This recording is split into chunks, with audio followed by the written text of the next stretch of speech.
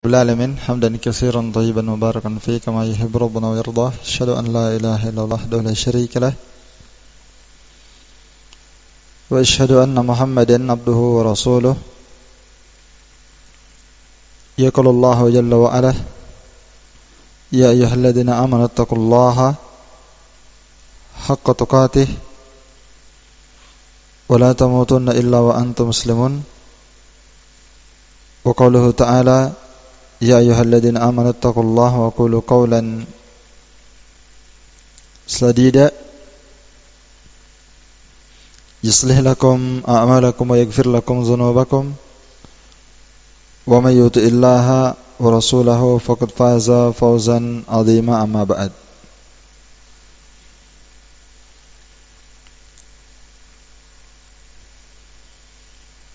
Ikhwani fid din, a'azzani Allah wa iyyakum, rahimani wa rahimakumullahu jami'an. Insyaallah ta'ala kita lanjutkan kembali kajian kitab Minhajus Salikin wa Tawdihul Fiqhi fid Din karya Al-Allamah Al-Faqih Abdurrahman bin Nasir As-Sa'di rahimahullahu ta'ala. Dan kita sekarang berada pada majelis yang ke-62.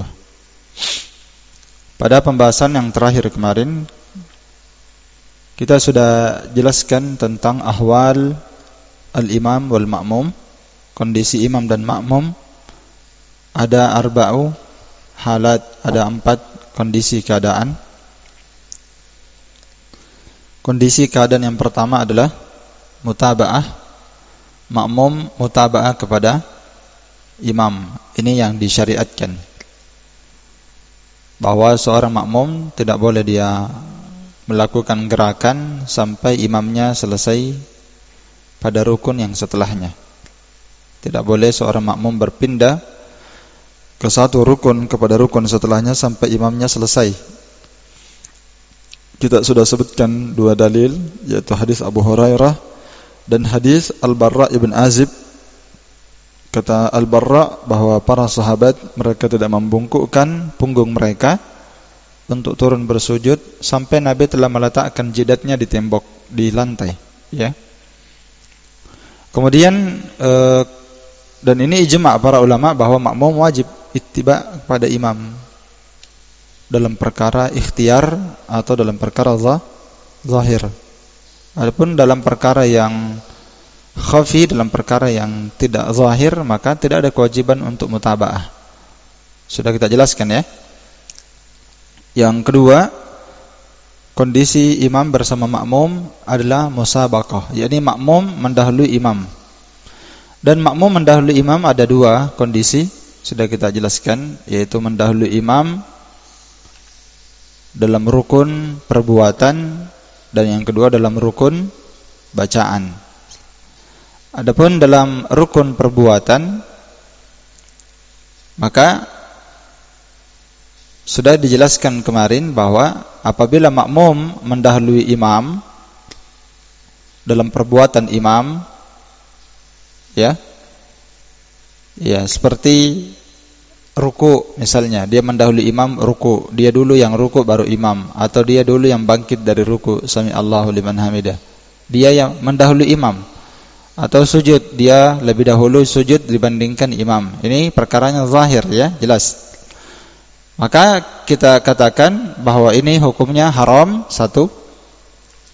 Dan yang kedua, ini membatalkan salat, karena hadis-hadis tentang mendahului imam itu ada larangannya, ya. Bahkan ada ancamannya. Dan ancaman ini memberikan konsekuensi haram, ya. Seperti hadis yang kita sebutkan kemarin, Nabi SAW mengancam orang yang mendahului imam. Walaupun hadis yang disebutkan kemarin itu satu kondisi saja, ya. Ama yakhsha ahadukum idza rafa'a ra'sahu qabla al-imam, tidakkah salah seorang di antara kalian itu takut jika dia mengangkat kepalanya sebelum imam. Ini kan mendahului imam dalam mengangkat kepala. Berarti dari ruku kepada i'tidal, sami Allahu liman hamidah, dia lebih dahulu angkat kepala, atau dari sujud menuju kepada duduk antara dua sujud. Begitu makna hadisnya. Tapi hadis ini saya kira maklum ya. Maksud hadis ini larangan musabaqah, larangan mendahului imam. Ya, kalau dia dahulu yang ruku, ya dicakup juga oleh hadis ini. Kalau dia mendahului imam sujud, dicakup juga oleh hadis ini. Walaupun lafadznya di sini dia mendahului imam mengangkat kepala. Difaham ya? Tapi mana di sini mendahului imam, hukumnya haram. Ya, hukum haramnya karena diancam kepalanya dirubah menjadi kepala himar. Jadi hukum mendahului imam haram, satu. Yang kedua, batal salatnya. Namun ini berlaku, hukum haram dan batalnya salat berlaku pada dua orang, atau berlaku pada dua kondisi, yaitu berlaku fi haqqil alim bil hukum, berlaku bagi orang yang tahu hukum, ya. Dia tahu hukumnya ini haram, dia tahu hukumnya tidak boleh, dia tahu tidak boleh mendahului imam, tapi dia lakukan. Berarti lawan dari orang yang apa? Jahil. Orang yang jahil tidak bisa diberi hukum karena dia tidak paham. Atau yang kedua, adzakir, ya. Dia sadar bahwa dia sedang mendahului imam. Dia sadar, dia ingat, dia tahu bahwa dia sedang mendahului imam. Lawannya adalah orang yang lupa. Kalau dia lupa, dia tidak tahu ya. Dia tidak sadar.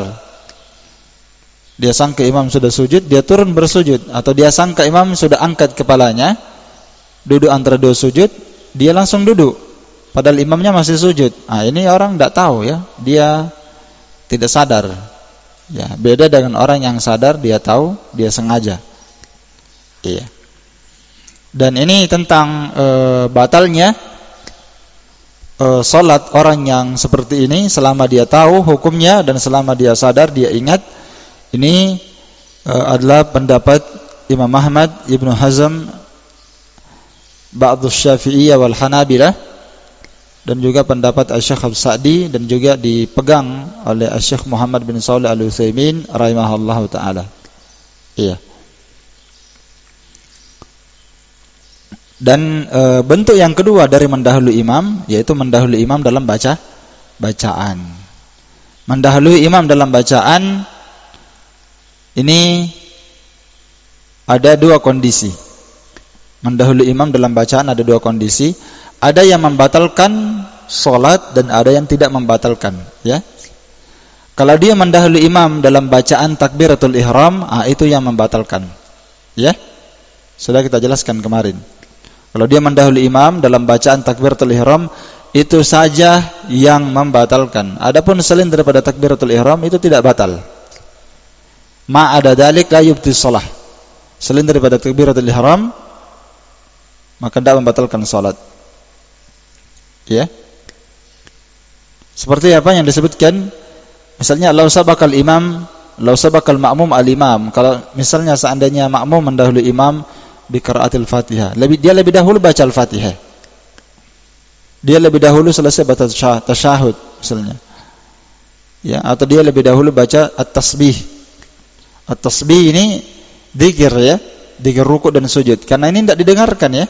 Kalau dia imamnya ruku, walaupun sebenarnya yang sudah saya jelaskan kemarin, pasti kebanyakannya imam lebih dahulu membaca, misalnya ruku dan sujud. Pasti karena dia lebih dahulu ruku kan? Dia lebih dahulu sujud. Ya kecuali makmum dia mendahului imam ketika ruku dan sujud, dan itu membatalkan salatnya. Iya kan? Jadi tidak usah dibahas bacaannya karena dia sudah mendahului imam. Tapi kalau misalnya dia ruku berdekatan dengan imam karena dia ikut di belakang imam, ya, dan padahal seharusnya nanti dia turun ruku, nanti dia turun sujud setelah imamnya itu apa? Sudah betul ruku dan sudah betul menyandarkan jidatnya di mana? Di lantai. Kalau misalnya dia berdekatan sehingga dia mungkin bersamaan bacaannya, itu tidak ada masalah itu insyaallah. Karena ini perkaranya tidak zahir. Sama dengan bacaan Fatihah di salat sirriyah. Ya. Bacaan Al-Fatihah di mana? Salat sirriyah. Ini tidak jelas ya. Boleh jadi dia mendahului imam dalam bacaan. Ini tidak membatalkan salat. Fa salatuhu sahihah, salatnya syah. Kenapa syah? Li'annahu la tadhhar fi hadal mukhalafah, karena tidak nampak penyelisihannya ketika itu. Iya toh? Tidak tampak. Ya beda kalau dia mendahului imam takbiratul ihram. Kecuali misalnya kalau dia tidak tahu, ya dia tidak sadar karena dia safnya di belakang, imamnya belum takbiratul ihram, dia sudah takbiratul ihram. Karena dia tidak tahu. Nah, itu lain masalahnya. Ya, makanya dijelaskan di sini untuk orang yang mendahului imam seperti ini, amal jahil wan nasi fa salatu sahihah. Adapun orang yang mendahului imam walaupun dalam takbiratul ihram, kalau dia jahil, dia enggak tahu atau dia lupa, dia enggak sadar, maka dia mendahului imam, maka salatnya sah saja. Dipaham ya? Nah, ini berlaku bagi orang yang sama seperti tadi, orang yang tahu tidak jahil dan orang yang zakir, orang yang sadar, dia ingat, bukan lupa. Iya. Kemudian kondisi ketiga, at-takhallaf. Ini yang ketiga ya, at-takhallaf. Iya.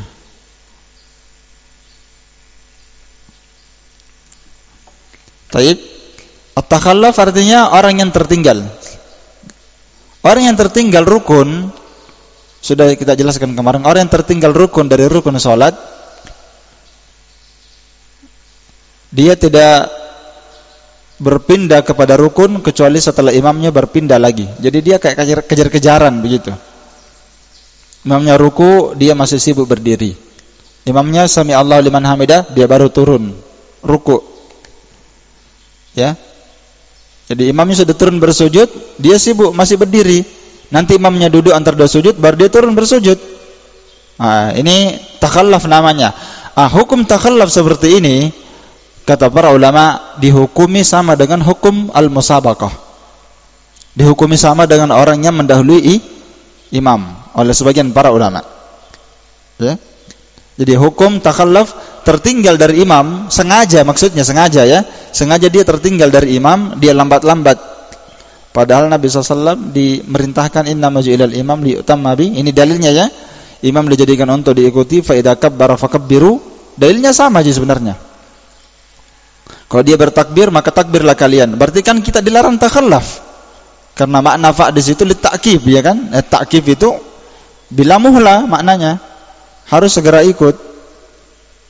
Bukan bersamaan, diikuti tertib, karena makna fa juga adalah tertib, sudah kita jelaskan. Maka hukum takhallaf, tertinggal dari imam sengaja, itu dihukumi sama dengan musabaqah, mendahului imam. Dan ini salah satu wajah sisi pendapat mazhab Syafi'iyah, dan itu yang dipilih oleh Asy-Syaikh Muhammad bin Shalih Al-Utsaimin dalam kitabnya Syarhul Mumti'. Iya. Ini kalau dia sengaja ya, tidak ada uzur begitu. Adapun kalau dia ada uzur, seperti ya dia lambat membaca, makmum lambat membaca karena ada uzur. Iya. Taib. Misalnya makmumnya ini lambat membaca karena ada uzur. Taib.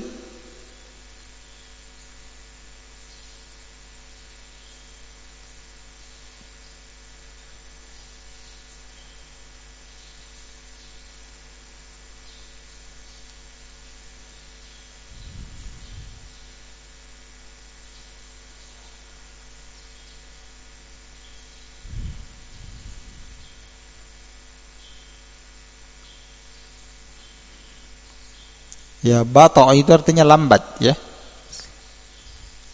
Makmumnya lambat, misalnya dia baca Al-Fatihah lambat. Ya, tiba-tiba imamnya ruku, ya kan? Nah, dia baca. Dia selesaikan maksudnya bacaannya. Ya, maka ini uzur kalau dia takhallaf, tertinggal. Dipaham ya? Sama dengan az-zuham. Ya. Zuham itu bersin ya. Imamnya sudah turun bersujud, sami Allahu liman hamidah. Sudah berdiri imam dan makmum. Imamnya turun bersujud. Makmumnya ini mau turun bersujud, bersin-bersin terus. Tersiksa. Akhirnya terlambat. Imamnya mau duduk, dia baru turun bersujud. Ya, kan kadang seperti itu. Ini namanya uzur atau ajalatul imam, atau sebab yang ketiga, Dia tertinggal, takhallaf dari imam karena imamnya memang cepat sholatnya. Ada memang imam, kalau kita sholat itu kita dikasih kejar-kejar. Kita baru baca iyyaka na'budu wa iyyaka nasta'in, dia sudah ruku. Takhallaf, tertinggal. Kita pas turun ruku, dia bangkit lagi berdiri. Rabbana walakal hamd, dia turun lagi bersujud. Jadi kita sesak nafas. Kayak olahraga. Ada memang imam seperti ini, ajalatul imam. Maka takhalluf yang tertinggal, uzur seperti ini, uzur namanya. Atau karena dia apa? Noas. Atau noas? Ngantuk. Dia ngantuk begini, imam sudah sujud. Dia ngantuk. Dia ngantuk, imamnya turun ruku, turun sujud, dia tidak lihat. Karena dia ngantuk. Itu uzur semua ya, atau ghair dzalik, selain daripada itu, maka semua uzur-uzur ini kata para ulama la tubtilus shalah, tidak membatalkan salat. Ya. Dalilnya bisa dibaca sendiri di sini, hadisnya Jabir bin Abdullah ya. Taib, di dalam hadis ini dikasih istinbat fadalla hada, menunjukkan bahwa hadis ini bahwasannya at-takhalluf li udhrin, tertinggal karena ada udzur, la yubtilus shalah, tidak membatalkan salat. Ya, ini kisah hadis tentang masalah salatul khauf ya. Ya, sudah pernah berlalu bersama kita. Terus yang keempat sekarang, yang terakhir. Yang terakhir makmum, kondisi makmum mengikuti imam. Yang terakhir ini yang keempat adalah al-muqaranah. Al-muqaranah artinya bersamaan gerakan dengan makmum, dengan imam. Jadi makmumnya ini bersamaan imam. Ya, dia tidak bermakmum, dia tidak di belakang, tapi dia bersamaan. Ya, rukuknya bersamaan, sujud bersamaan, turun bersujud. Iya, karena dia sebenarnya ini makmum mau jadi imam dia. Ya, maunya dia bersamaan. Dan terus terang banyak makmum yang seperti ini, orang-orang awam itu. Saya lihat sendiri banyak sekali yang seperti ini. Muqaranah atau bersamaan. Karena dia lihat imam, pas imam mau turun ruku, langsung dia turun juga. Pokoknya dia mau cepat. Padahal biar bagaimana dia mau cepat, dia tidak akan mungkin selesai salat sampai imamnya salam. Iya kan? Biar bagaimana dia mau cepat selesai salat, tidak bisa. Kalau imamnya tidak salam, tidak bisa antum selesai salat. Kalau antum salam duluan, batal salatnya antum. Kalau dia mau cepat dia salat, dia salam duluan, ya batal salatnya. Orang imamnya belum salam. Nah, ini muqaranah ya. Dan muqaranah ini ya'ti bil qaul awil fi'il. Bisa muqaranah dalam bentuk bacaan, bisa muqaranah dalam bentuk perbuatan bersama imam. Ada muqaranah bersamaan bacaan imam, ada muqaranah bersamaan dengan ada muqaranah dalam bentuk perbuatan bersama imam. Nah, di sini disebutkan muqaranah dalam bentuk takbiratul ihram di antaranya ya. Jadi di sini disebutkan muqaranahnya dua. Ada muqaranah makmum bersamaan dengan imam berupa bacaan takbiratul ihram, dan ada muqaranah dengan salam bersamaan imam dan makmum salamnya. Nah, dua ini disebutkan di sini. Kalau misalnya makmum itu takbiratul ihram bersamaan dengan imam. Jadi pas imam takbiratul ihram Allah, dia bersamaan juga, dia kasih sama bersamaan pas. Nah, ini latan akidus shalah. Batal salatnya. Jelas ya? Kenapa? Iya, karena dia sebenarnya hakikatnya tidak bermakmum. Ya, jadi tidak boleh dia bermuqaranah takbiratul ihram itu tidak boleh bersamaan dengan imam. Itu membatalkan salatnya. Ini pendapat mazhab Malikiyah, Asy-Syafi'iyah dan Hanabilah. Pengikut mazhab Malik, Asy-Syafi'i dan Imam Ahmad. Ya. Ya, bentuk yang kedua, muqaranah dengan salam. Jadi dia bersamaan salamnya. Kalau salam yang kedua dia bersamaan, enggak ada masalah, tapi kalau salam pertama dia bersamaan, ini masalah. Tapi ahsannya yang afdal, yang sesuai dengan sunnah, sudah kita jelaskan pada pembahasan salam, makmum itu tidak boleh salam sampai imam selesai salam yang kedua. Itu yang ada hadisnya, itu yang ada sunnahnya. Orang sekarang kan kalau imamnya assalamualaikum warahmatullahi, pokoknya dikejar ini imamnya. Ada yang bersamaan. Ada juga yang imamnya baru salam pertama langsung diikut, dan itu tidak sunnah. Ya, jelas. Sekali lagi, itu bukan sunnah. Yang sunnah itu makmum itu salam, nanti selesai salam yang kedua. Silakan dibaca itu hadisnya di bukunya para ulama tentang sifat salat Nabi, dijelaskan ya. Nanti salam yang kedua baru itu makmum salam, itu yang sunnah. Ya. Yang paling parah kalau dia mendahului imam belum salam, dia yang salam dulu. Nah, ini yang parah ya. Taib, sekarang muqaranah dalam salam bersamaan makmum mengikuti imam, dia bersamaan salamnya dengan imamnya. Menurut mazhab Al-Malikiyah, Asy-Syafi'i dan Hanabilah, salatnya tetap syah. Muqaranah ya. Salatnya tetap syah kalau dia bersamaan. Iya.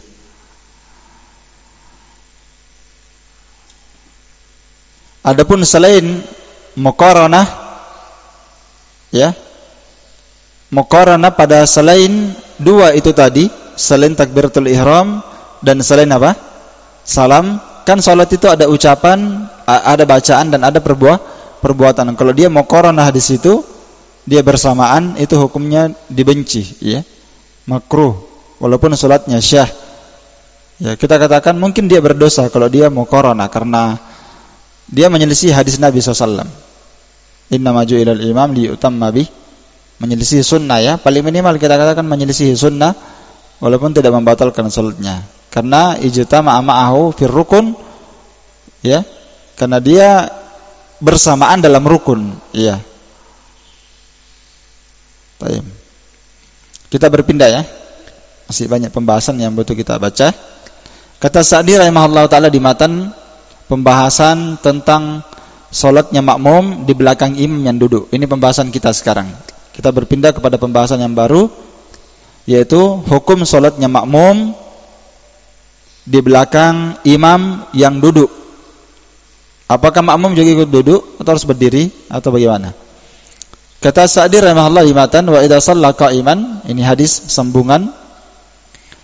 Wa idza shalla qa'iman fa shallu qiyaman. Kata Nabi, apabila imamnya salat berdiri, maka kalian makmum juga harus salatnya berdiri di belakang. Wa idza shalla qa'idan fa shallu qu'udan ajma'un. Dan apabila imamnya salat dalam kondisi duduk, maka salatlah kalian makmum di belakang dalam kondisi duduk ajma'un. Ajma'un ini taukid. Jadi Nabi tegaskan bahwa kalian makmum harus ittiba' al-imam, mengikuti imam. Imam innama ju'ila al-imam liyutamma bih. Fa idza kabbara fakabbiru. Di akhir hadisnya ini dia. Ini akhir hadis. Karena di awalnya Nabi perintahkan untuk mengikuti imam, maka di akhir hadis Nabi berkata, kalau imamnya salatnya duduk, makmum juga harus duduk, kan harus mengikuti imam. Ya. Dan pernah Nabi SAW salat duduk dan sahabat berdiri di belakang. Setelah salat Nabi SAW, di pertengahan salat Nabi isyaratkan mereka untuk duduk.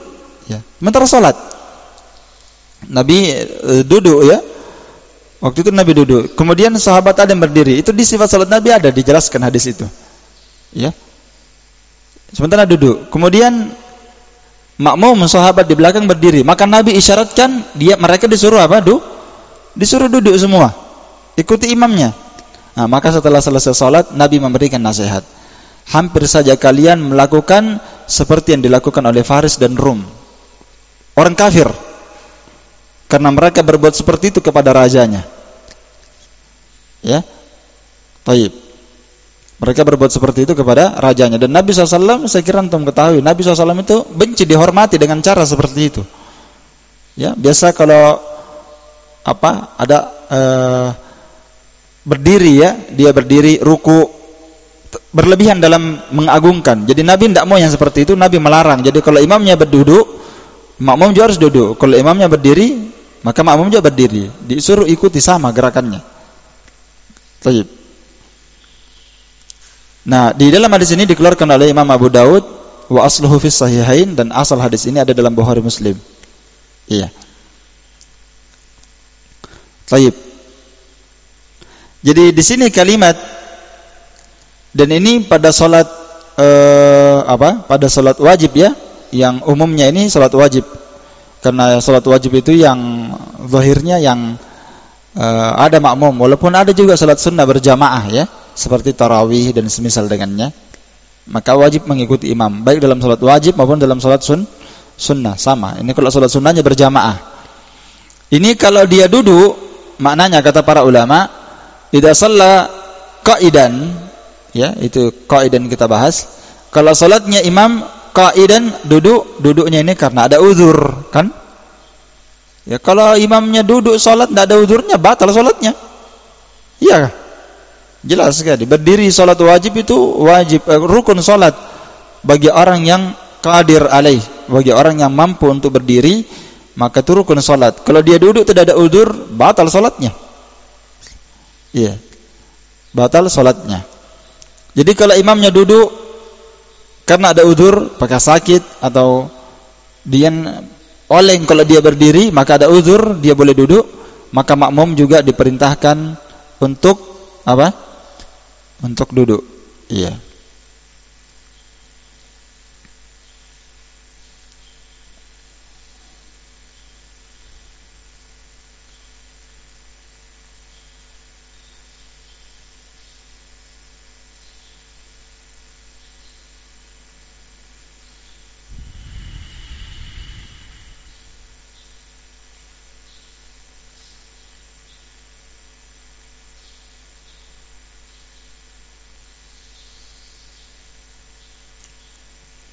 Ya, hadisnya ini sebenarnya sudah lewat bersama kita ya.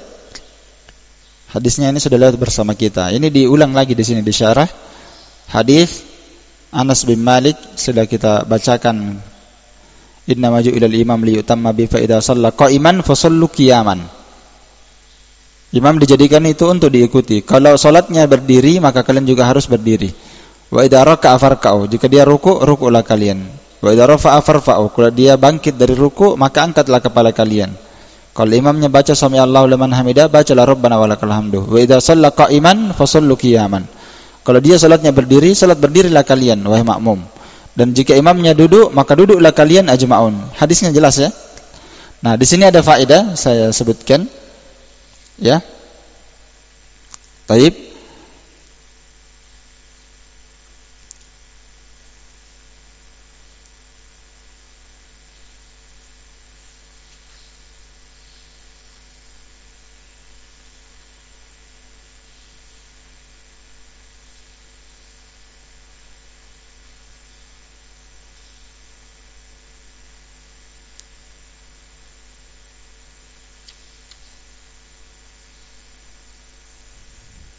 Pendapat para ulama yang mengatakan bahwa kalau imamnya berdiri, makmum berdiri. Kalau imamnya duduk, maka makmum juga duduk. Ini pendapat jumhur para ulama ya, seperti yang dinukil oleh Imam Ibn Hibban.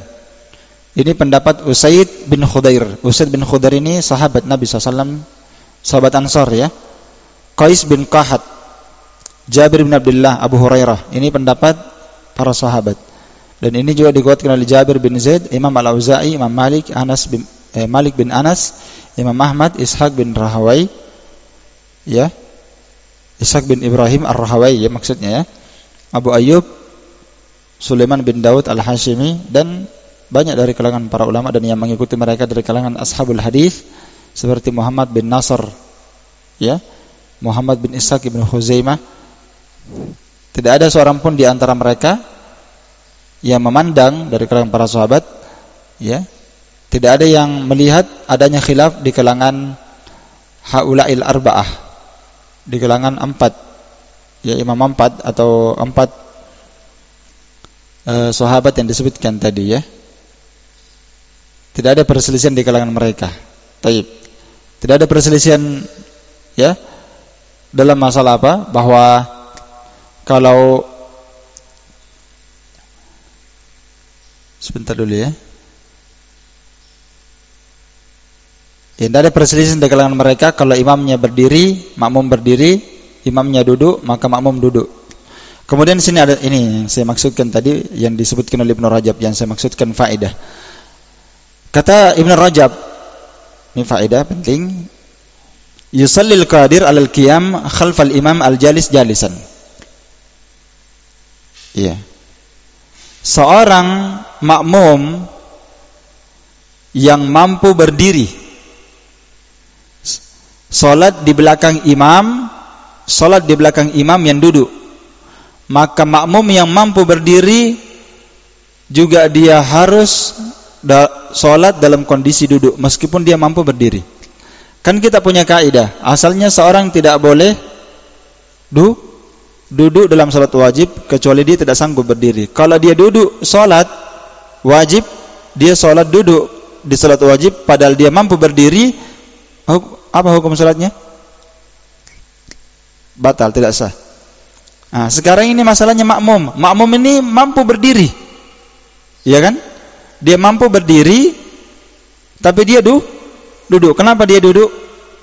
Karena dia harus mengikuti imam, padahal dia sanggup berdiri. Nah, ini ya jelas ya bahwa makmum ini walaupun dia sanggup berdiri, tapi karena imamnya ada uzur, dia duduk, maka makmum juga harus duduk walaupun dia sanggup berdiri.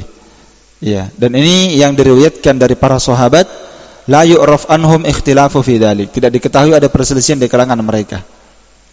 Kenapa? Karena mereka para sahabat melakukan perbuatan itu di masjid mereka, zahir dilihat oleh semua orang, dan tidak ada seorang pun yang mengingkari mereka dari kalangan para sahabat, tidak pula tabi'in.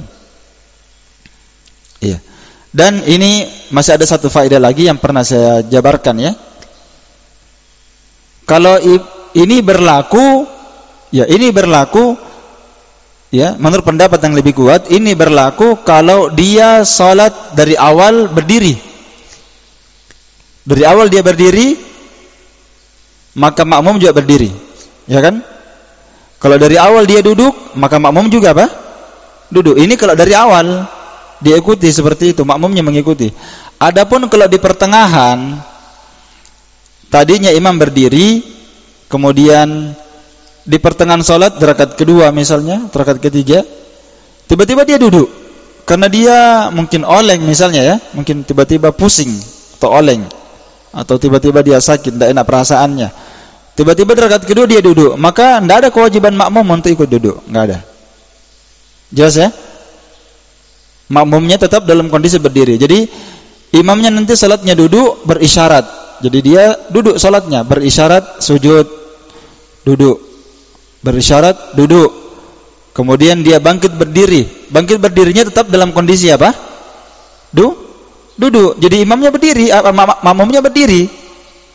Kan dia baca Allahu Akbar, ruku, Allahu Akbar, sujud, Sami Allahu liman hamidah, bangkit. Tapi kondisinya semuanya duduk imamnya, maka makmum tetap dalam kondisi berdiri. Ini kalau di pertengahan, dia berdiri, tiba-tiba dia duduk, maka tidak wajib bagi makmum untuk mengikutinya. Dalilnya ini pernah kita bacakan kisahnya Abu Bakar As-Siddiq. Abu Bakar As-Siddiq salatnya berdiri. Kenapa Abu Bakar As-Siddiq imam? Karena di waktu itu Nabi sedang sakit.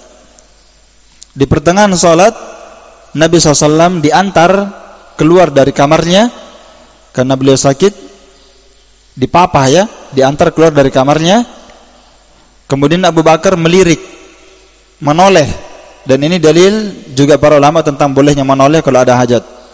Jadi Abu Bakar menoleh, dia lihat Nabi SAW keluar dan Abu Bakar ingin mundur. Kemudian Nabi berikan isyarat, ala makanik, tetap di tempatmu, kan? Jadi Abu Bakar tidak bergeser, tetap di tempatnya. Setelah itu Nabi disimpan di samping kirinya Abu Bakar, ya kan? Samping kirinya Abu Bakar. Berarti maka dalam hadis itu disebutkan Nabi menjadi imam, mengimami Abu Bakar. Abu Bakar bermakmum kepada Nabi, karena Abu Bakar berada di samping kanannya Nabi. Berarti dia makmum kan? Karena makmum pertama itu harus di samping kanan, bukan samping kiri. Seperti hadis Ibn Abbas, Nabi putar kepalanya ketika berdiri di samping kiri, diputar kepalanya, kemudian disimpan sebelah kanan. Berarti makmum itu sebelah kanan, Nabi disimpan sebelah kiri. Nah, di situ Abu Bakar tadinya salat berdiri, kemudian Nabi SAW dipapa, salatnya duduk. Di pertengahan salat kan, salatnya duduk. Maka Abu Bakar mengikuti Nabi, sedangkan makmum di belakang mengikuti siapa? Abu Bakar As-Siddiq. Begitu diterangkan dalam hadis itu. Ya, makmum mengikuti Abu Bakar mengikuti Nabi. Nah, dari dalil ini Imam Ahmad dan selainnya dari ulama ahli hadis mengambil istimbat bahwa apabila di pertengahan salat imam itu duduk, maka tidak ada kewajiban bagi makmum untuk mengikuti. Difahami ya? Nah, di sini siapa sebenarnya imam di sini? Nah, Nabi. Tapi di pertengahan dia masuk, dia duduk, dan para sahabat tidak ada yang duduk pada waktu itu. Jelas ini? Iya. Itu faedah ya. Kemudian kita berpindah kepada pembahasan yang ketiga selanjutnya, yaitu tentang siapakah yang layak dijadikan imam. Siapa yang paling layak, yang paling pantas untuk dijadikan imam salat. Iya. Kita baca hadisnya dulu ya. Di sini Sa'di rahimahullah menyebutkan hadis. Wa qala sallallahu alaihi wasallam ya ummul qauma aqra'uhum li kitabillah. Yang menjadi imamnya kaum salat berjamaah, yang menjadi imam adalah yang paling qari'nya, yang paling qari'nya terhadap kitabullah. Fa in kanu fil qira'ati sawa, jika mereka dalam bacaan, hafalan, tajwid, hafal Qur'annya sama, fa a'lamuhum bis sunnah, maka yang menjadi imam yang paling alim terhadap sunnah. Fa in kanu fis sunnati sawa, di matan itu saya baca ya. Di matan saya baca. Fa in kanu fis sunnati sawa, jika mereka dalam sunnah sama-sama alim dalam sunnah, maka fa'aqdamuhum hijratan, maka siapa yang paling dahulu berhijrah di antara mereka? Siapa yang paling dahulu berhijrah dari negeri kafir ke negeri Islam? Fa in kanu fil hijrati sawa, jika mereka dalam hijrah sama-sama berhijrah bersamaan, fa'aqdamuhum silman aw sinnan, maka yang paling dahulu masuk Islam, fa'aqdamuhum silman, maka didahulukan mana yang paling berumur di antara mereka. Ya, bukan Islam maknanya ini ya. Yang paling dahulu apa? Fa'aqdamuhum silman. Ya. Ini dalam umur ya.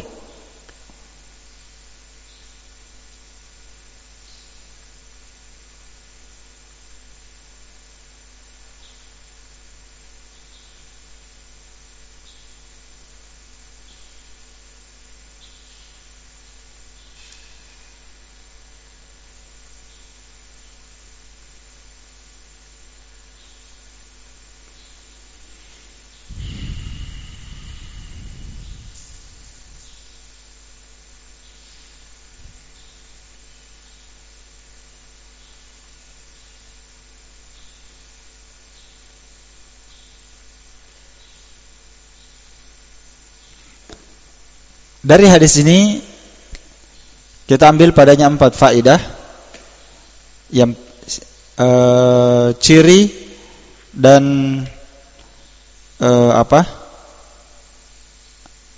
perangai yang paling pantas menjadi imam. Ada 4 perangai yang disebutkan Nabi SAW. Yang pertama, yang paling aqra' li kitabillah. Yang paling aqra' ini ya disebutkan para ulama yang diinginkan makna al-aqra', yang paling qari'nya adalah al-aktsaru hifdhan, yang paling banyak hafalannya. Itu yang paling pantas jadi imam, yang paling pertama ya. Aqra' maknanya apa? Al-aktsaru hifdhan, yang paling banyak hafalannya. Dan itu disebutkan dalam beberapa riwayat. Di antaranya hadis Abu Sa'id Al-Khudri, Nabi SAW bersabda, "Idza kanu salasatan," jika kaum muslimin bertiga, "falyummahum ahaduhum," hendaklah salah seorang di antara orang bertiga itu menjadi imam. "Wa ahaqquhum bil imama aqra'uhum," yang paling berhak menjadi imam di antara mereka bertiga adalah yang paling qari'nya. Yang paling qari'nya ini apa tadi? Yang paling banyak hafalannya.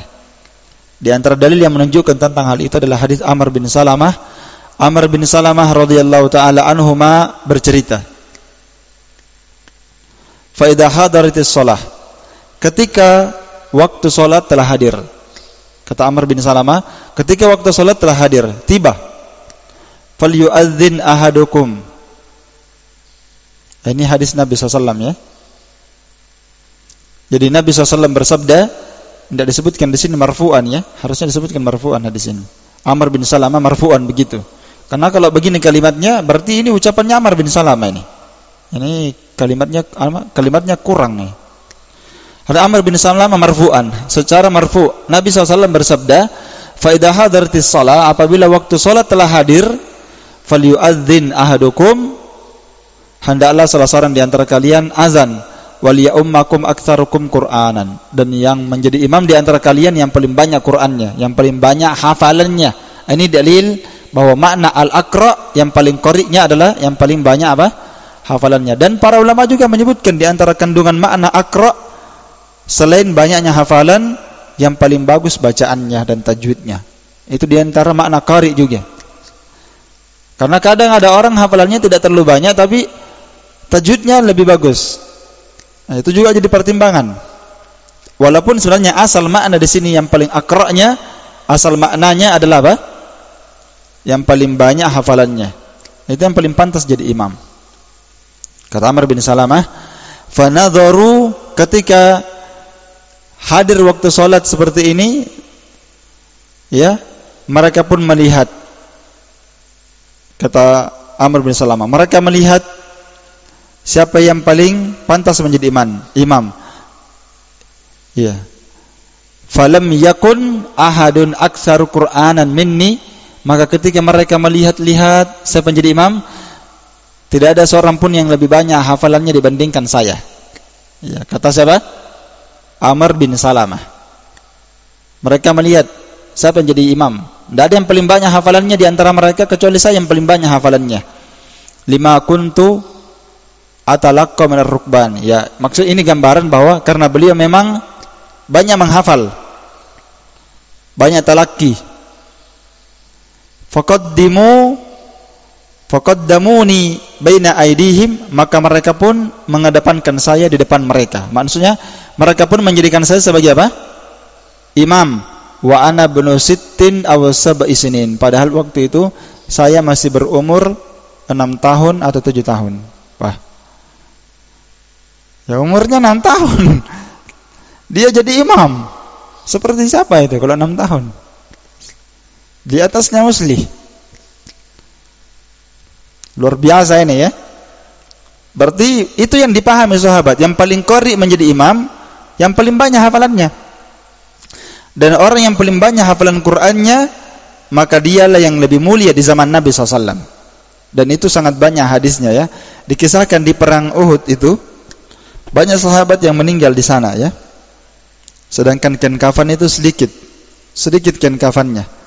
Ada yang dikasih kafan, satu kafan 2 orang, kadang 3 orang, tidak muat. Bahkan Mus'ab bin Umair itu ketika meninggal di perang Uhud, dan Mus'ab bin Umair itu orang kaya ya, orang kaya di Mekah, orangnya sangat kaya sekali, punya banyak pakaian, pokoknya banyak hartanya. Nah, ketika Mus'ab bin Umair ini meninggal kan, tangannya terpotong dua-duanya ini, Mus'ab bin Umair, karena dia yang diperintahkan oleh Nabi untuk memegang bendera kan. Kemudian dia pegang dengan tangan kanannya, terpotong ini tangan kanannya, dipotong. Kemudian dia ambil lagi itu bendera, karena bendera ini simbol ya, simbol kekuatan mereka. Mereka berkumpul di bawah bendera itu.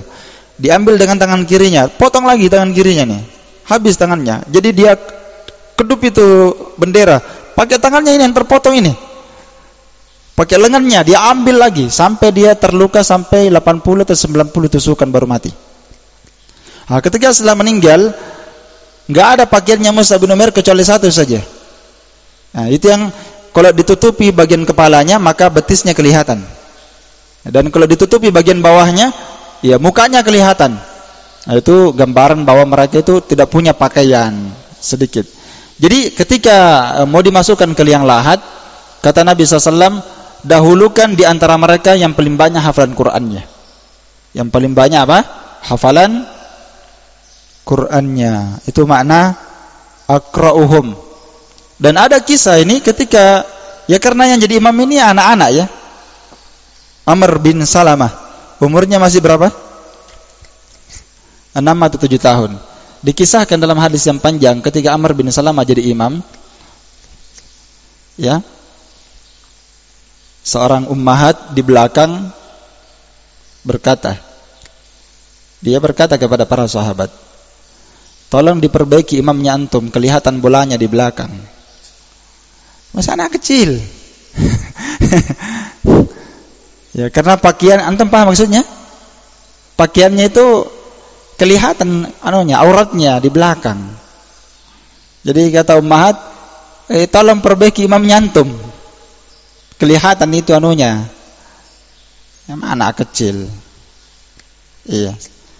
Bayangkan ya, umur 6 tahun, 7 tahun jadi imam.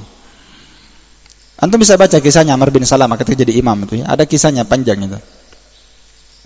Yang kedua, yang paling layak jadi imam, yang paling alim terhadap sunnah. Apa makna yang paling a'lamu bis sunnah? Yakni al-faqih. Dia yang paling faqih, paling faham. Kalau kita katakan faqih, berarti dia faham tentang salat, paham tentang ibadah, paham tentang sunnah. Dia faqih. Karena tentunya kalau dia yang paling faqih, ya, kenapa dia harus didahulukan? Karena pasti dia paling paham tentang salat, ya kan? Dan kalau dia paham tentang salat, itu akan memberikan pengaruh dalam penyempurnaannya salat, iya kan? Itu kan memberikan pengaruh kesempurnaan salat. Kalau dia alim, pasti dia yang paling cocok sunnah salatnya, iya kan? Dia yang paling cocok dengan sunnah pada salatnya. Dia tahu kapan dia angkat tangan, dia tahu bagaimana bacaan yang sunnah. Itu kalau dia faqih. Karena kadang ada orang yang hafal Quran tapi dia tidak faqih. Dia cuma hafal Quran saja, dia tidak pernah belajar tentang masalah salat. Ya. Jadi salatnya itu tidak bagus, tidak sesuai sunnah. Dia hafal Quran tapi bacaannya, rukuknya, sujudnya, bacaannya, tasyahudnya, cara kefiyat adab-adab salatnya dia enggak paham. Maka tentu setelah Quran, yang kedua adalah sunnah. Yang paling paham sunnah itu yang layak jadi imam. Ya. Walaupun kadang hafalannya lebih sedikit. Jadi ini semuanya saling mendukung ya. Saling mendukung. Kalau ternyata terkumpul dua faqih, ya, terkumpul dua faqih, sama-sama faham sunnah, sama-sama alim terhadap sunnah, sama-sama faqih, maka didahulukan siapa yang paling faqih dari keduanya. Saya kira itu kaidah ya. Iya. Mendahulu.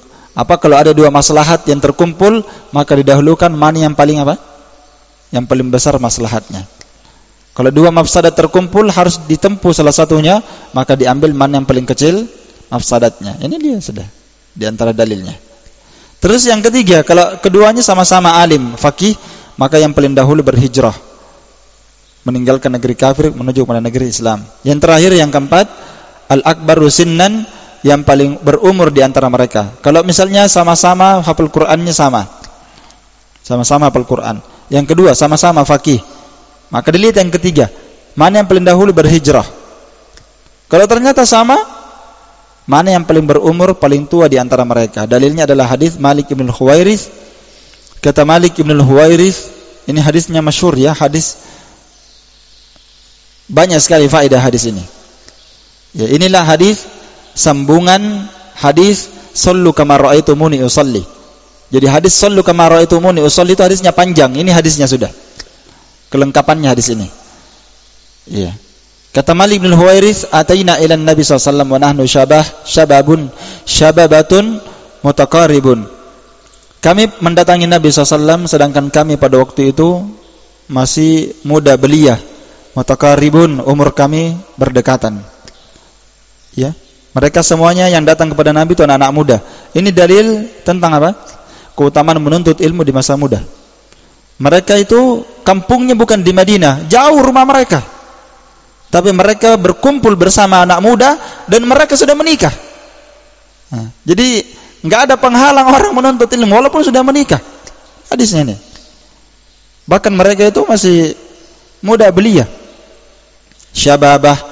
Kami itu masih muda-muda, sudah menikah mereka. Umur mereka berdekatan. Mereka semuanya berkumpul. Mereka itu ada beberapa orang ya.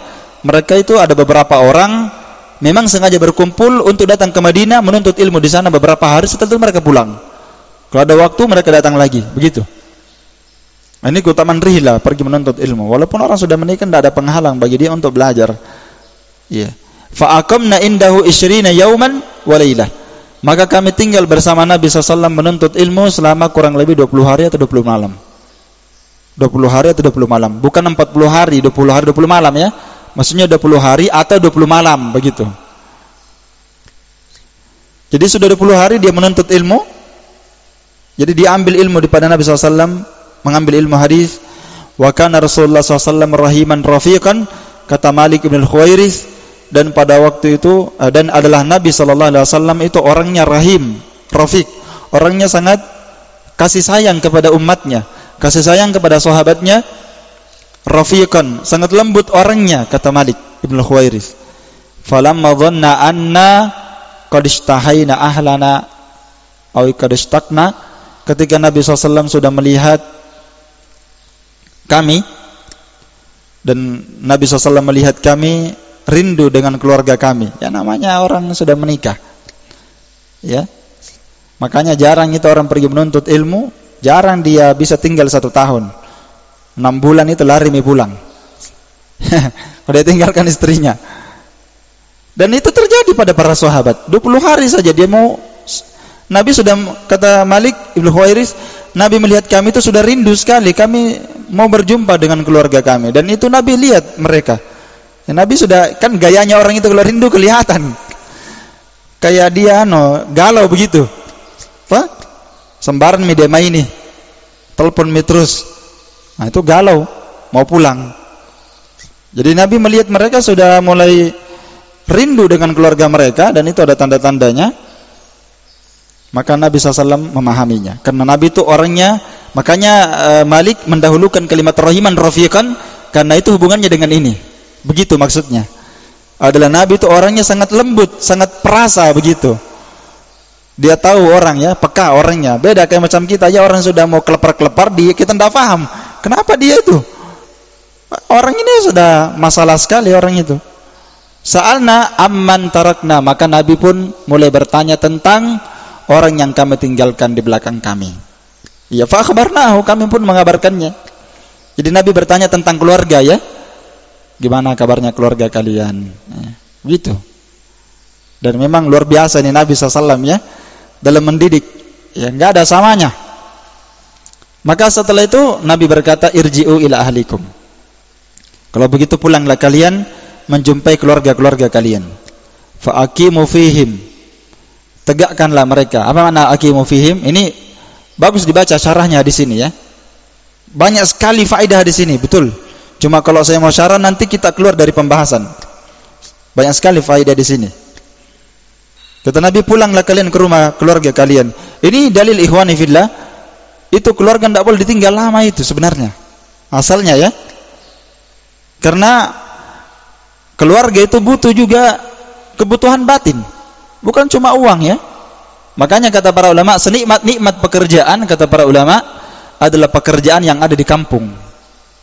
Walaupun banyak uang, kalau berlayar 1 tahun, 2 tahun, atau dia pergi bekerja merantau, kalau dia pulang, tidak sama dengan orang yang bekerja di kampung. Bekerja di kampung, kata para ulama, dia dapatkan nikmat lahiriah dan dia dapatkan nikmat batiniyah. Iya kan? Kalau dia di sana, pasti dia galau. Kalau sudah 4 bulan itu, jangan 4 bulan, 1 bulan itu galau itu. Iya, pasti dia galau. Pikirkan istrinya. Nah, seperti inilah yang terjadi. Luar biasa ini. Sebenarnya hadis banyak sekali faedahnya ya. Kita menjabarkan. Taib. Kata Nabi, pulanglah kalian berjumpa dengan keluarga kalian, istri dan anak-anak kalian.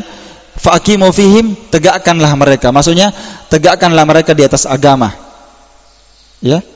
Tegakkanlah mereka di atas apa? Agama. Ajari mereka Islam dan sunnah, begitu. Tegakkan mereka supaya mereka bisa menjalankan perintah Allah, itu makna aqimu.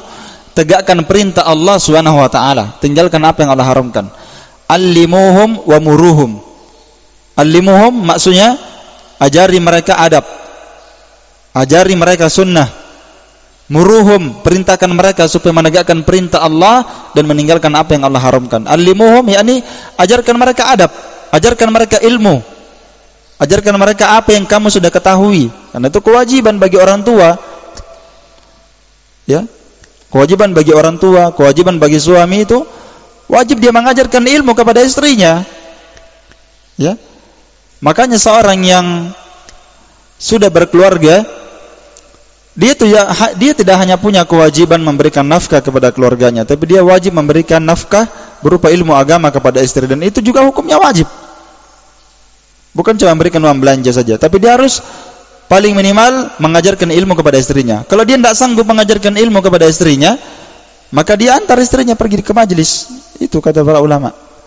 Dia harus mengantarkan, karena itu dalam rangka mengamalkan firman Allah Ta'ala, ya ayyuhalladzina amanu qu anfusakum wa ahlikum naran. Dan tidak bisa kita, kata para ulama, tidak bisa kita menyelamatkan keluarga kita dari api neraka, ya, kecuali dengan ilmu dan iman. Kecuali dengan apa? Ilmu dan iman. Iman itulah ketakwaan. Iman itu adalah amalan.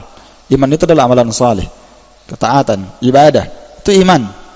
Sedangkan ilmu ini yang mendasarinya. Tidak bisa orang menegakkan amalan saleh kalau dia jahil.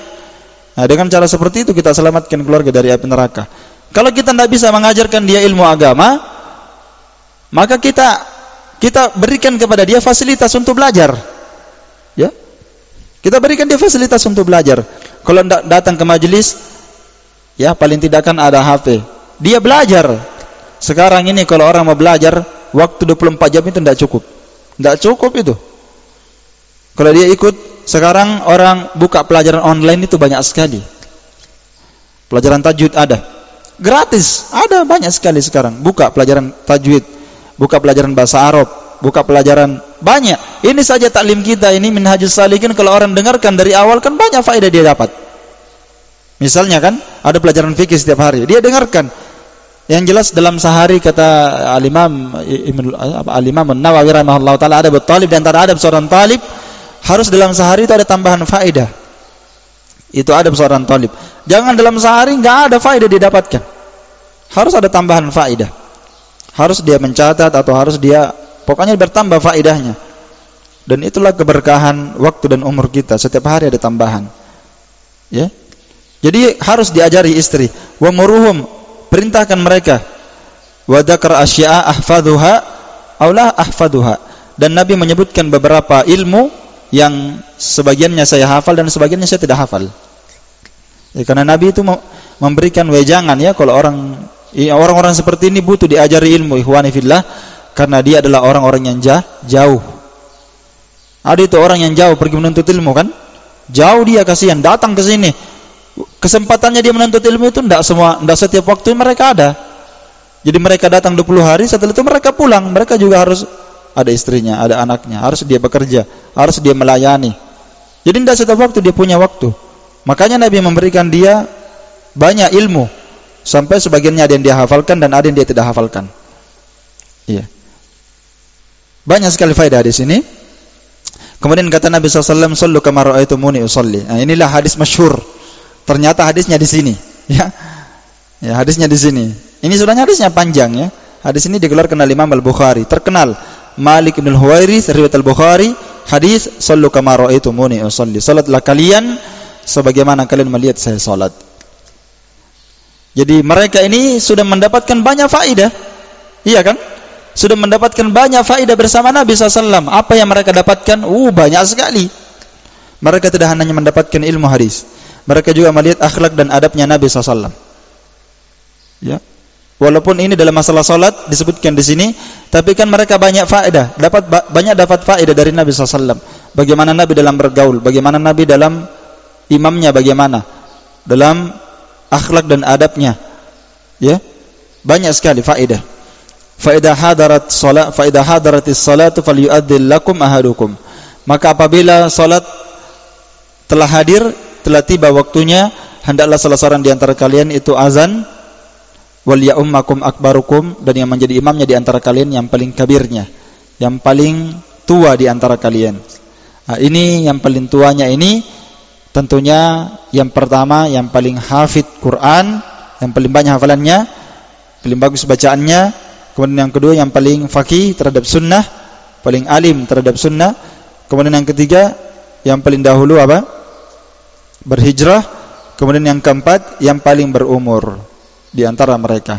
Dan tentunya ada sisi-sisi yang lain, ya, ada sisi-sisi yang lain yang bisa menjadi pertimbangan yang paling layak menjadi imam. Kalau misalnya ya kurang lebih sama seperti ini, sama-sama hafal Quran, atau hafalannya misalnya sama-sama 2 juz, sama-sama 10 juz, sama-sama juga sama-sama, ya ininya dia selevel ya, sama-sama paham sunnahnya itu setingkat, ya.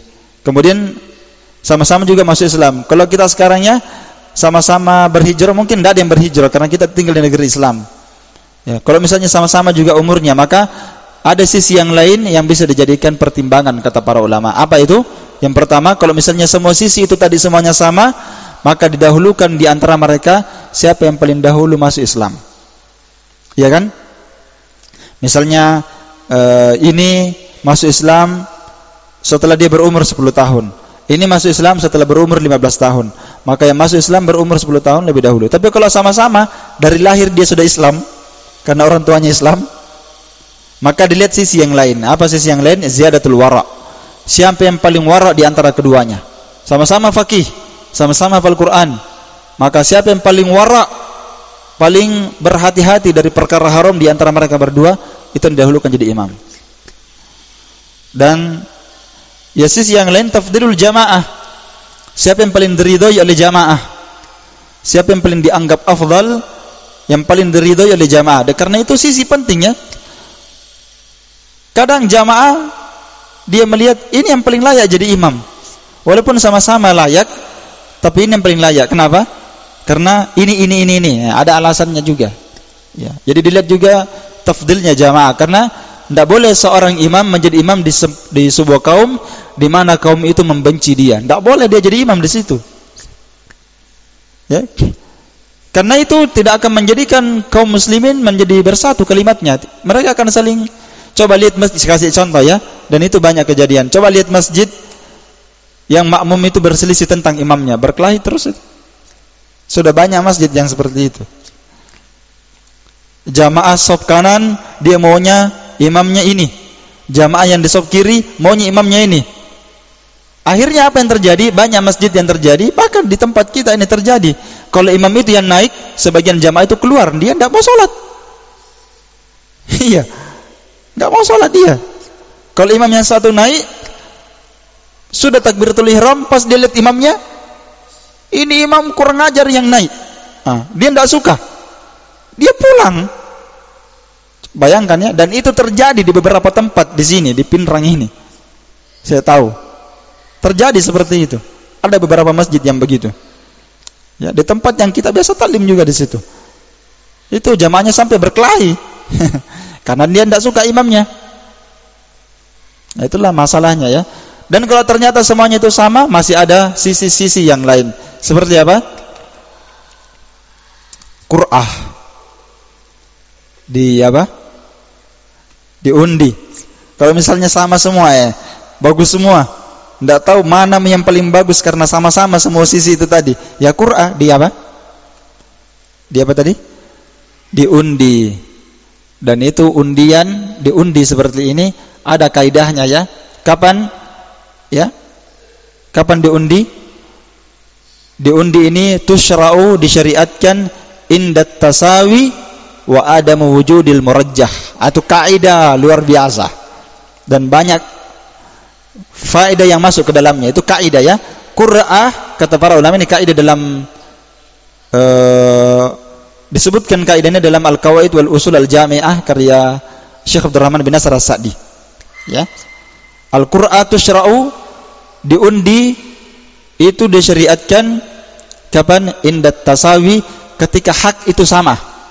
Paham ya? Ketika hak masing-masing itu sama, atau ketika tidak ada sebab yang bisa kita merojihkan salah satu dari keduanya. Tidak terdapat apa? Merojah, tidak ada sebab yang bisa kita merojihkan ini lebih kuat, ini lebih kuat, tidak ada. Maka ketika itu diundi. Ya. Makanya Nabi SAW mengundi istri-istrinya kalau mau pergi bersafar. Iya kan? Diundi.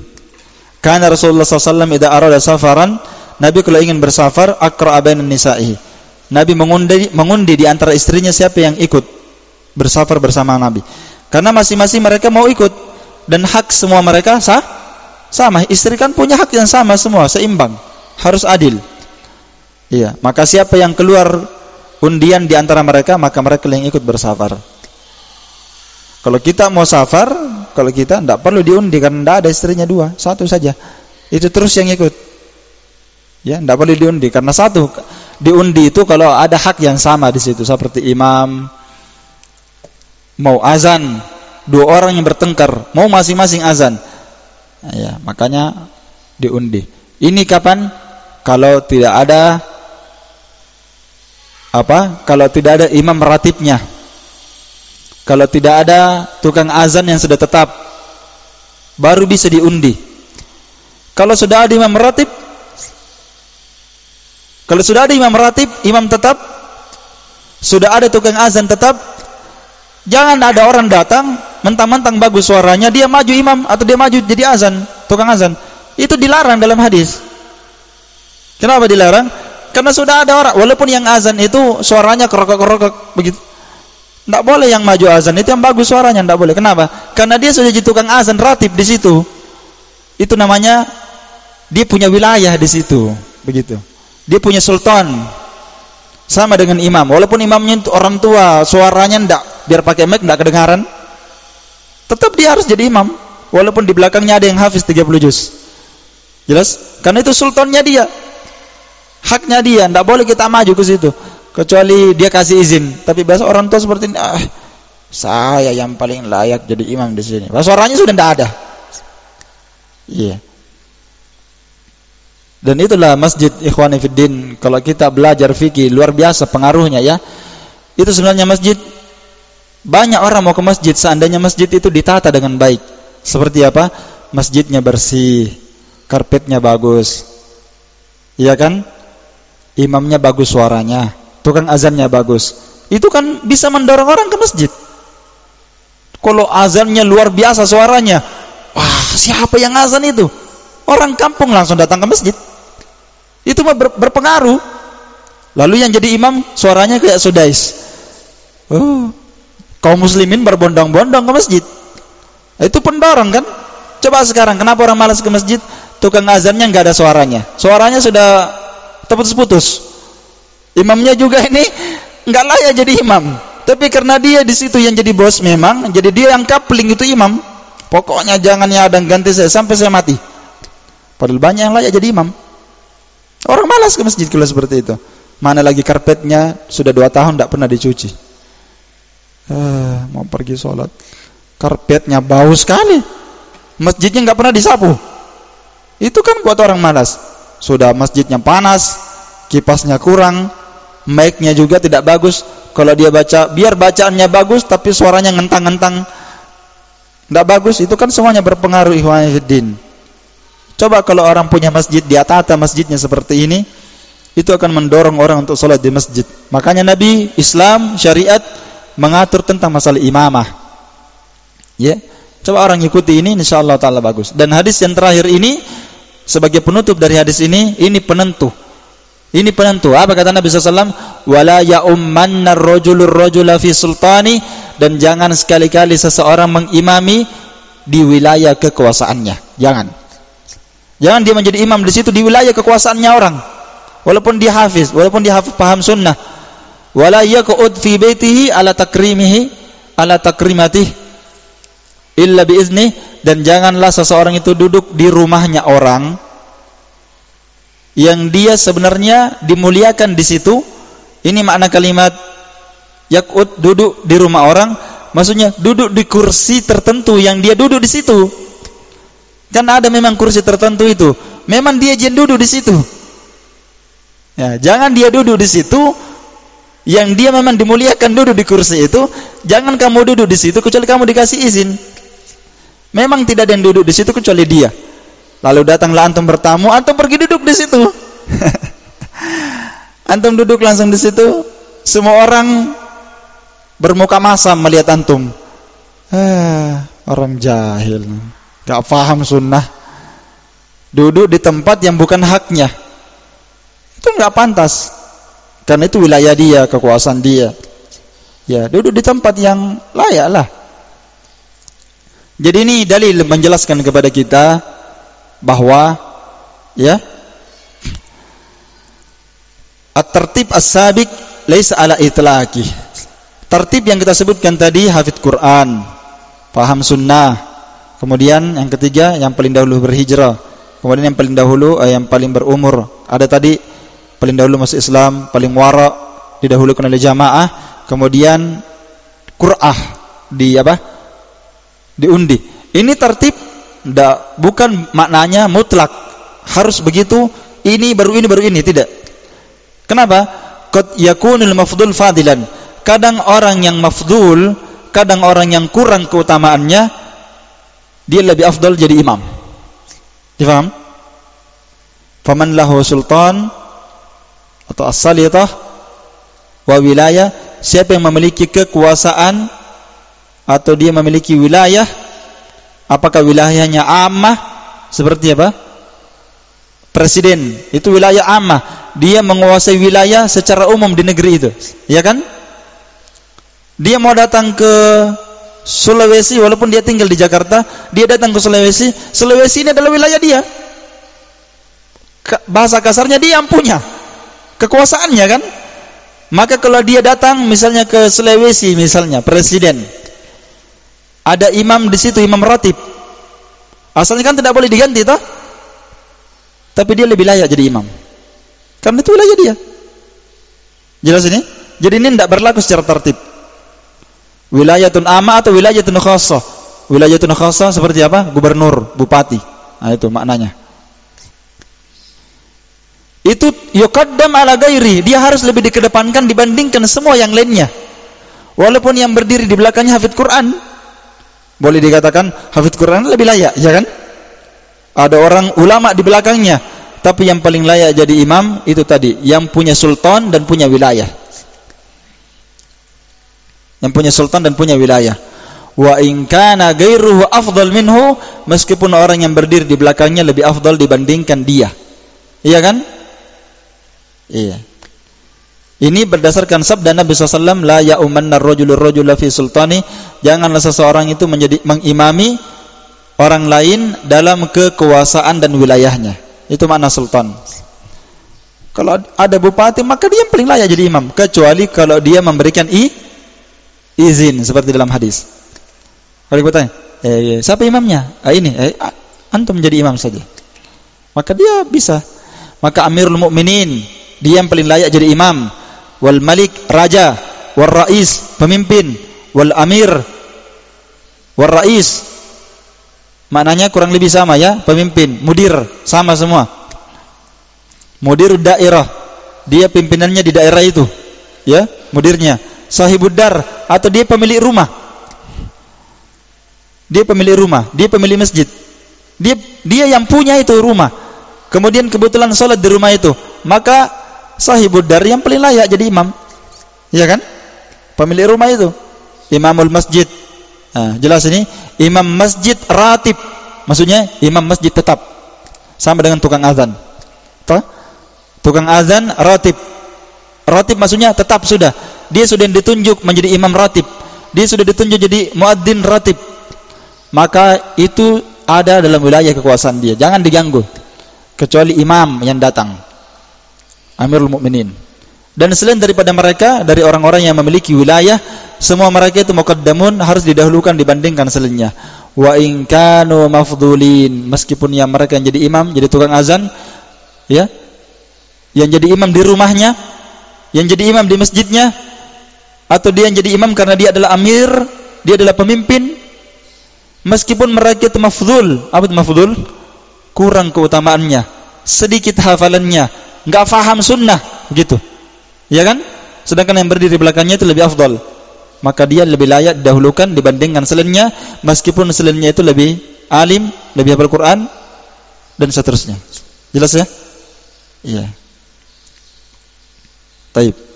Karena itu Nabi SAW kalau beliau melakukan ziarah di rumah para sahabat, ammahum fi buyutihim, Nabi yang jadi imam, padahal yang paling layak jadi imam siapa? Sahibud dar, ya kan? Nabi kan biasa dipanggil. Di rumah itu ada masjid. Kan para sahabat sudah saya gambar kemarin. Mereka para sahabat itu sekarang mereka membangun masjid di rumah mereka. Namanya Masjid Ad-Dar. Ada hadis yang kemarin sudah berlalu bersama kita. Gitu? Masjid Ad-Dar namanya, masjid rumah. Karena mereka sahabat itu mereka memang membangun masjid di rumah mereka. Yang kadang mereka sholat di situ. Mereka itu kebiasaannya dia panggil Nabi SAW. Sebelum dijadikan tempat sholat, Nabi dulu yang dijadikan sholat di situ. Makanya Nabi biasa bertanya itu dalam hadis, di mana saya sholat? Sahabat tunjukkan, di sini ki sholat. Di situ nanti dijadikan tempat imam. Nabi sholat di situ. Karena Nabi itu berkah ya. Semua perbuatan Nabi, semua badan Nabi, bahkan asar, semua bekas-bekas Nabi, pakaiannya, badannya, bahkan hatta sampai ludahnya sekalipun itu semuanya berkah. Keringatnya berkah, ludahnya berkah, rambutnya, semua yang ada di batang tubuhnya Nabi berkah. Apalagi tempat sholatnya. Para sahabat bertabarruk dengan itu. Dan para ulama berkata bertabarruk dengan Nabi SAW itu boleh di masa hidupnya saja. Setelah Nabi meninggal tidak ada para sahabat yang bertabarruk. Jelas ya? Gak ada sahabat yang bertabarruk. Ya, tidak sahabat yang lama, tidak pula sahabat yang belakangan, tidak ada. Iya. Sampai ludahnya Nabi SAW saja itu dijadikan berkah ya. Ya ludah Nabi SAW itu digambarkan kan Nabi kalau meludah itu ditangkap oleh para sahabat. Bahkan Nabi kalau berudu para sahabat berkerumun di bawahnya mengambil air wudunya Nabi SAW. Mereka mengusapkan di wajahnya, di badannya. Bahkan ada sahabat yang Nabi dibekam oleh sahabat itu. Kemudian Nabi SAW berkata buang darahnya. Tidak dia buang, dia minum darahnya. Dia minum saking anunya mereka kepada Nabi SAW. Dia minum darahnya. Kata Nabi, di mana darahnya? Sudah dibuang? Kata tidak, saya meminumnya ya Rasulullah. Dan Nabi mentakrirnya. Iya. Bisa dibaca hadisnya tentang bekam ya, ada hadisnya itu. Ludahnya Nabi ditangkap, bekas wudunya ditangkap, sampai orang-orang Persia dan Romawi ketika dia datang ke Madinah dan mereka melihat Nabi SAW, mereka pulang menjumpai raja-raja mereka. Apa mereka katakan? Mereka berkata kepada para rajanya dan kepada para rakyat, dia katakan, kami tidak pernah menjumpai ada manusia memuliakan rajanya seperti itu para sahabat memuliakan nabinya. Sampai ludahnya saja ditangkap.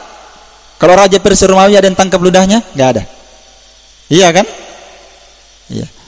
Bahkan keringatnya Nabi SAW disebutkan dalam kisah, ada ummahat Nabi SAW bermalam di rumahnya, istirahat di rumahnya, tidur siang ya. Kemudian keringatnya Nabi SAW itu dia kumpulkan di botol. Sampai botolnya itu terisi keringat Nabi SAW. Setelah Nabi SAW sadar, beliau berkata, mau diapakan keringatnya itu? Kata ummahat ini parfum lebih harum dibandingkan misik. Ya, keringatnya Nabi itu harum ya. Karena badannya Nabi SAW itu harum. Ternyata keringatnya Nabi jadi apa? Jadi parfum. Iya. Ini contoh ya. Taib, selesai pembahasan kita. Nabi SAW itu mengimami mereka di rumah mereka, padahal pemilik rumah lebih layak. Ya, karena itu Nabi SAW kadang berkata ketika menziarahi rumah mereka, "Kumu," kata Nabi, "berdirilah kalian, fa usalli lakum," saya akan mengimami kalian. Dan di sini disebutkan satu hadis, dan hadis ini juga sangat banyak faedahnya, yaitu hadisnya Anas bin Malik. Ini biasa Nabi ya.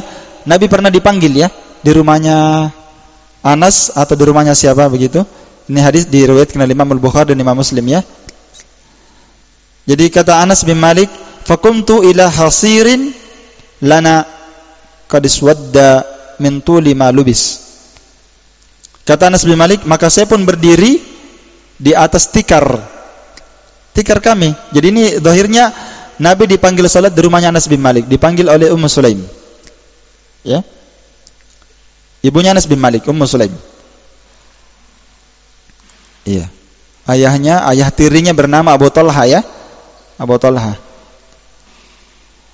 Jadi ketika dipanggil Nabi salat di sana, saya salat di atas tikar, maksudnya sajadah. Tikar di atas tikar, di atas sajadah, yang dimana sajadah itu sudah mulai hitam saking lamanya dipakai salat, sudah hitam. Ini dalil kata para ulama, boleh seorang salat menggunakan sajadah atau pelapis atau tikar, boleh. Ini hadisnya. Cuma para ulama menjelaskan mereka itu menggunakan tikar, pelapis itu yang tidak bercorak. Kalau kita sekarang ini hampir semua sajadah itu bercorak ya, apalagi itu. Tuh warnanya itu berapa itu? Kuning, merah, putih, hitam, banyak sekali warnanya ya. Kadang mengganggu orang salat. Sampai sajadahnya itu sudah menghitam karena saking lamanya dipakai. Maka fanadhahtuhu bima'in, maka aku pun menuangkan untuk Nabi SAW air untuk dipakai berwudu. Lalu Nabi berdiri salat dan saya membuat shaf dan anak yatim. Jadi Nabi Anas bin Malik pada waktu itu masih anak kecil, berdiri bersama dengan anak yatim, anak kecil juga temannya Anas, ya, wara'ahu, ya, di belakang Nabi SAW. Saya dan anak kecil bersama dua orang ya, berdiri di belakang Nabi, anak kecil Anas dan anak yatim. Wal ajuzu min wara'ina, dan wanita tua berdiri di belakang kami. Fa shallalana Rasulullah, dan Nabi SAW salat mengimami kami 2 rakaat. Tsumman sarafa, kemudian Nabi SAW salam. Ini hadis banyak sekali faedahnya ya. Iya. Faedahnya ini akan lebih jelas ketika kita baca matan setelahnya. Faedah hadis ini nanti nampak jelas ketika kita baca faedah setelah kita baca matan setelahnya. Apa itu? Wa yambagi ayyataqaddamal imam. Sepantasnya imam itu maju di depan. Maksudnya kalau orang jadi imam, asalnya imam itu maju di depan, makmumnya di mana? Di belakang. Kecuali makmumnya itu berapa? 1 orang, maka dia imam tidak maju ke depan, tapi dia apa? Sejajar. Dia sejajar, ya kan? Dia sejajar, dan itu disunnahkan ya, maju depan. Kemudian demikian pula kalau 2 orang saja bermakmum, 1 makmumnya, 1 imamnya, berarti dia cuma berdua sholat, berarti sejajar. Itu hukumnya disunnahkan bagi makmum. Jika mereka berdua, makmumnya berdua atau lebih, 3, 4 dan seterusnya, maka ya tempatnya imam di depan, makmumnya di belakang. Begitu. Jelas ya? Tapi kalau makmumnya 1 orang, maka dia berdiri di samping kanannya imam. Ini berdasarkan hadis Ibnu Abbas yang pernah berlalu, yaitu Ibnu Abbas diputar kepalanya sampai dia berdiri di samping kanannya Nabi sallallahu alaihi wasallam. Iya. Taib. Wa mawaqiful itsnain fa aktsar, sedangkan tempatnya 2 orang makmum, maka di belakang Nabi. Ya, walaupun yang di belakang imam itu adalah anak kecil. Walaupun yang di belakang itu anak kecil. Bahkan walaupun makmumnya itu anak kecil, 1 orang tetap dia berdiri bersampingan. Jelas ya? Tetap berdiri berdampingan. Dan demikian pula perempuan. Kalau perempuan ini misalnya 1 orang, maka tetap dia berdiri di belakang berdasarkan hadis ini. Tetap dia berdiri di belakang. Dan kalau ada misalnya perempuan orang tua, ada anak kecil, maka anak kecil ini tetap harus berada di depannya siapa? Berada di depannya perempuan tua itu tadi. Iya. Jelas ya? Taib. Dan ini hadisnya sudah berlalu dalam hadis Ibnu Abbas dan juga dalam hadis Jabir bin Abdullah, berdiri di samping kiri Nabi, kemudian dia diputar sampai dia berdiri di samping kanannya Nabi SAW. Kemudian tiba-tiba datanglah Jabbar bin Sahar, fatawadda, dia berwudu, thumma ja'ah, lalu dia datang, faqama an yasari Rasulillah, lalu dia berdiri di samping kirinya Nabi. Jadi tadinya Jabir dia bersama Nabi, dia berada di samping kanannya Nabi saja, sejajar. Lalu datanglah Jabbar bin Sahar, dia berdiri di samping kirinya Nabi. Jadi 1 di kanannya Nabi, 1 di kirinya. Fa akhadha Rasulullah SAW biyadaina, maka Nabi pun mengambil kedua tangan kami, kanan dan kiri. Fadafa'na, lalu Nabi mendorong kami, hatta aqamna khalfahu, sampai kami berdiri di belakang beliau. Ini dalil menunjukkan bahwa kalau makmum sudah berdua, tidak boleh berdiri sejajar dengan imam. Harus dia mundur ke belakang. Imamnya yang maju, atau imam makmumnya yang disuruh mundur. Bisa kedua-duanya. Jadi makmumnya nanti kalau imamnya maju ke depan, imamnya ini kalau paham sunnah langsung dia gabungkan di belakangnya dulu, baru dia maju ke depan. Atau misalnya kalau bisa seperti Nabi SAW tadi, dia dorong makmum ke belakang kalau tempatnya di belakang luas. Kalau di belakang tempatnya sempit, depannya luas, maka imamnya yang maju. Kalau tempat di belakang kalau sebaliknya, maka makmumnya yang didorong ke belakang. Mana yang mudah saja. Yang jelas tidak boleh sejajar. Dan kalau ada perempuan, maka perempuan tetap berada di belakangnya anak kecil. Walaupun anak kecil, tetap dia di belakangnya anak kecil itu. Saya kira ini cukup. Allah Ta'ala alam bisawab. Naktafi bihadzal qadar. Subhanakallahumma bihamdik, asyhadu an la ilaha illa anta, astaghfiruka wa atubu ilaik. Walhamdulillahil alamin.